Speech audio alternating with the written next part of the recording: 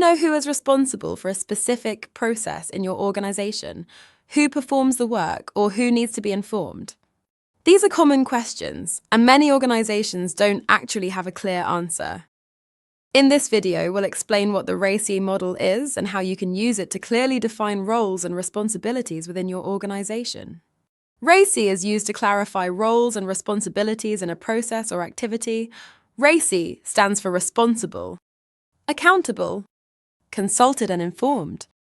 The purpose of the model is simple. Everyone should know who does what. When roles and responsibilities in a process are unclear, questions often arise.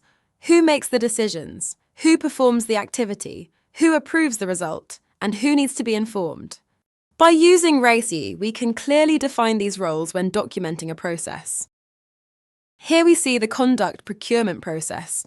The activities are clearly defined, but it's not clear who is responsible for each activity. That's why we link roles to the activities in the process.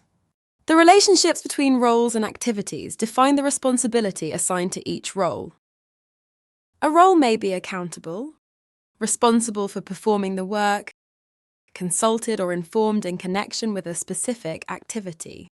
A process map shows how work flows through a process, while RACI shows how responsibilities are assigned. Together, they provide a much clearer understanding of how the process works.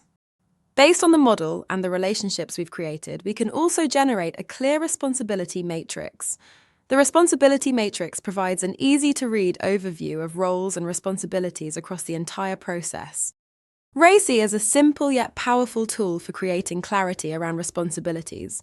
It helps employees understand processes, avoid misunderstandings, create ownership, and support the implementation of management systems and compliance with ISO standards. Would you like to learn more about process mapping, business process improvement, or visual management systems? Explore more guides and tutorials here on the 2C8 channel.